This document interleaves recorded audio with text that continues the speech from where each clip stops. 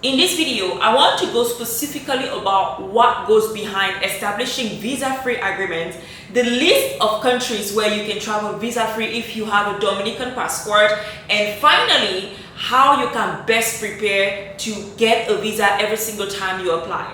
Let's dive in. Hello, my name is Clementine Afana and you can call me Dr. Clem, and this channel is all about travel and every single thing that you need to know for you to travel better. I also teach people how to work remotely and find opportunities where they can work from around the world and live the life of their dreams. If you are interested in that, I am including a link down this video of my channel specifically dedicated to remote work. Now, the talk of the town, or like they will say in Bridgerton, the talk of the town. Obviously, my English accent is just not giving, so let's just get straight into it. Dominica was recently put on a list of countries that will now require a visa to visit the UK for a maximum of 6 months. Now, what does that mean? Why does it matter, and why is everybody so upset? Around social media, everybody has been talking, like sharing their disappointment, their anger, whatever emotions have you. And before we actually proceed, I would love to know from you, what do you think about the decision?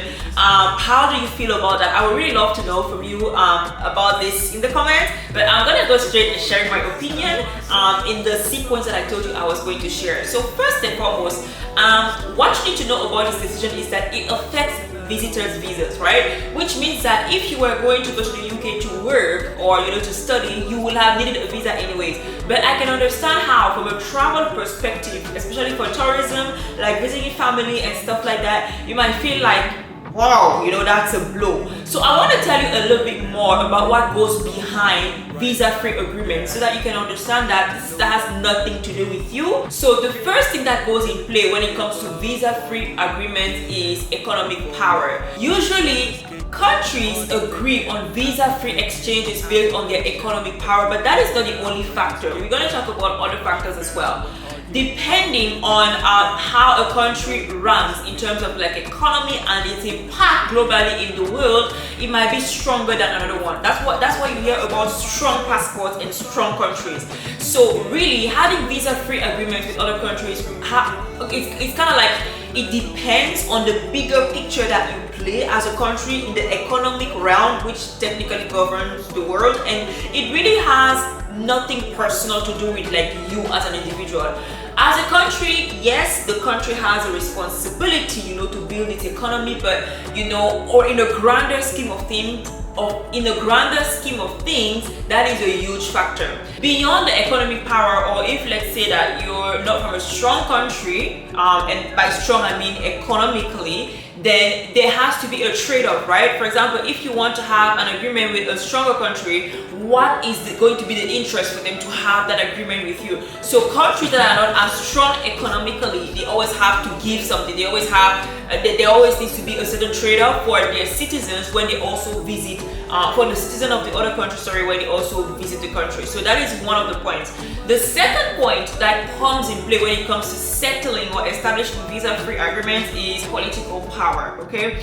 And fortunately or unfortunately, political power goes with economic power. So it's kind of like it goes hand in hand. So countries that have a stronger say in how things go, they also tend to have a stronger, like a stronger say on how things go. If you know what I'm saying, you know what I'm saying. If you are from a country that does not have that power in the grander realm of things, there needs to be something that you can actually offer to that specific country with whom you want to have that agreement. Now, I want to shed a light on something that is specific, which is regional power, right? A region like the Caribbean, for example, has power because, you have the CARICOM region, you have the OECS countries that can form an alliance and decide that, for countries of XYZ other countries, we're going to have a visa-free agreement provided that all the citizens from our joint countries also have that visa-free agreement. So that is possible.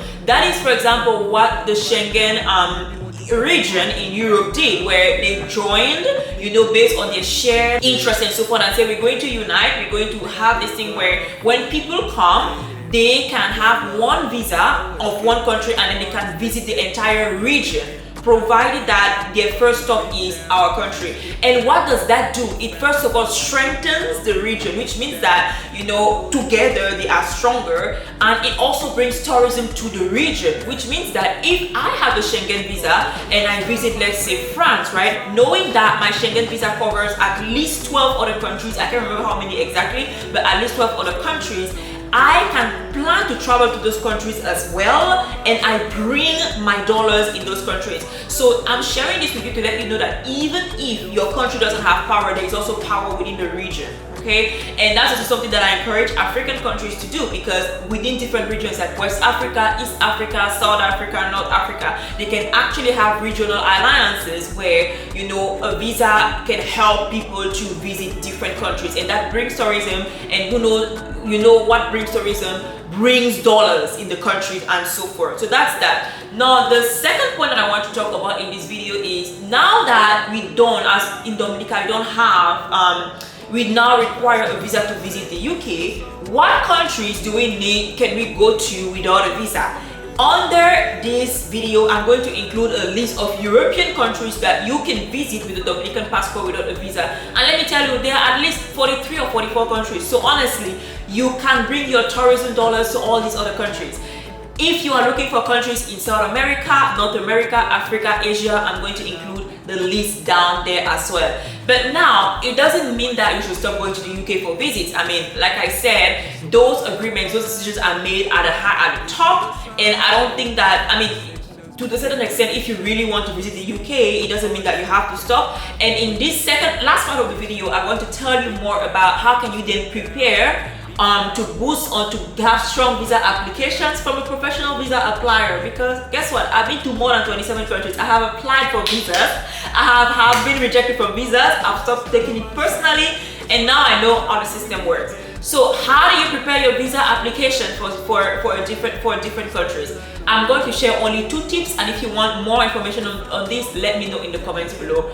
So the first tip that I want to share with you is apply for visas for strong countries.